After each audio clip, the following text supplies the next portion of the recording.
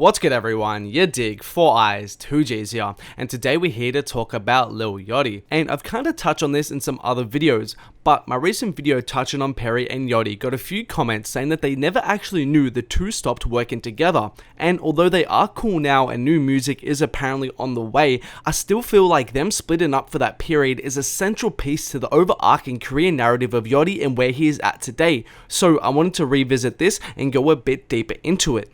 And just to clarify what I mean by quote unquote falling off, to me at least, Yachty hasn't really fallen off, although his music leading up to Lil Boat 1, and Lil Boat 1 is my favorite era of his music, after the subpar Teenage Emotions, I think he redeemed himself with Lil Boat 2 and Nothing to Prove, as they were enjoyable for me. However, I think the darker, grittier undertone that his music has taken since then is a huge reason for the popular sentiment that he has fallen off, and I think the parting of ways of him and Perry was a huge reason for this tonal swing in his music. So let's break this whole situation down. Straight off the bat, Yachty has made it very clear how influential Perry was on his sound. That's my producer, Right. best friend. He does a good 85%. Me and him created my sound together. Okay. Really? We made my boat sound the whole one night, everything, like all the shit that we got working on for my tape. And even more so, it's evident just how close they were personally. We're literally always together at all times. We shared a room when he took me in. Therefore, I think this quote-unquote boat sound that Yachty was coming out with earlier on in his career was kind of being curated and influenced at least partly by Burberry Perry. Perry at the time was touching the majority of Boat songs, with him handling over the third of the production on Lil Boat 1.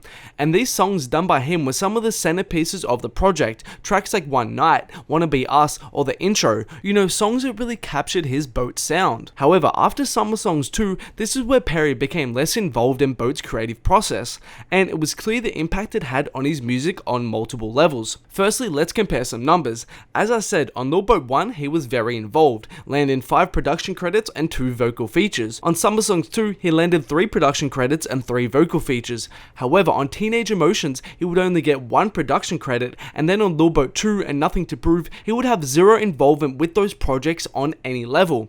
And when you compare and contrast the sounds that were coming through, particularly on Lil Boat 2 and Nothing to Prove, apart from a couple tracks here and there, it's in stark contrast to the sounds that were coming through on Lil Boat 1 and Summer Songs 2. Lil Boat 2 and Nothing to Prove were much darker, much grittier. Yachty wasn't really embracing that melodic, positive trap boat sound aesthetic. Rather, he was embracing this darker trap sound with a much more aggressive undertone. And there were a couple of ways that this could be looked at from the perspective of a fan. You could see it as growth and as an evolution of sorts, as if he just stayed with that Lil Boat 1 sound forever, it would have got tiresome. And before we go on guys, just a reminder, if you haven't, please make sure to hit that like button down below. Also make sure to subscribe to Boy if you're not, and turn on those notifications so you guys don't miss a video of mine.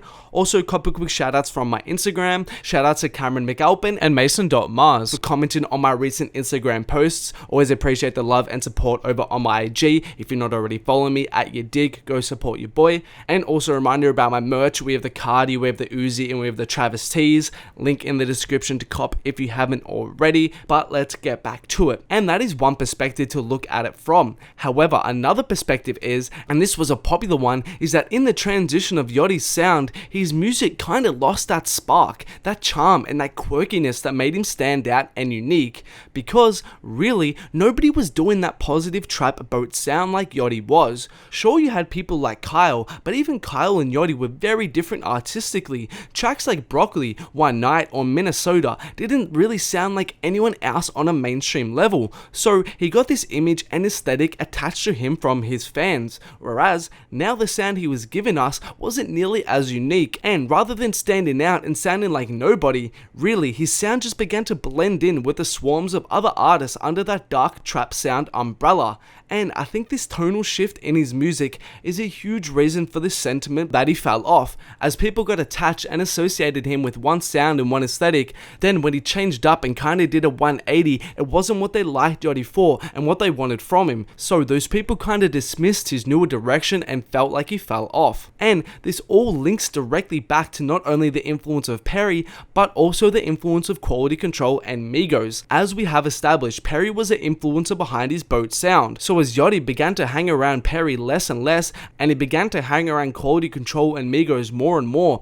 Rather than being influenced by Perry's boat positive trap sound, he was instead being influenced by Migos and their darker trap sound, which I think kind of played into this tonal change in his music that we saw. However, as we know, Perry and him are now cool again and are seemingly working together, so it will be interesting to see what sounds we're going to see come through in Lil Boat 3 and whether or not we'll see a return of that traditional boat sound. But that's all from me today, guys. Thanks a lot for watching. If you haven't, please make sure to hit that like button down below. Also, make sure to subscribe to your boy if you haven't. Turn on those notifications so you guys don't miss a video of mine, and there are more videos of mine on screen right now. Make sure to check them out if you haven't.